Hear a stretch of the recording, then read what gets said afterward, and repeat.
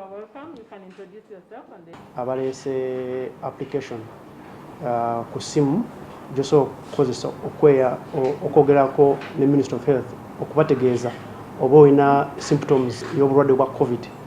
So application eyo bw'ogidownloadinga mu Play Store ogenda n'oteekako tukubuuza ebibuuzo bitono nnyo bw'otikingako kimu kiweereza message ku Ministry of Health. Ministry of Health nemanya oba olina COVID oba tolina COVID oba nekukubira essimu okufollowinga okumanya oba kyekigenda maaso owulira otya emitone ebyo.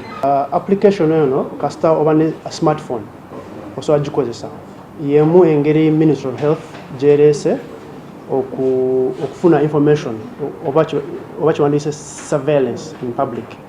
Naye ate solution eno tumanyi nti egenda kutuyamba etusobozese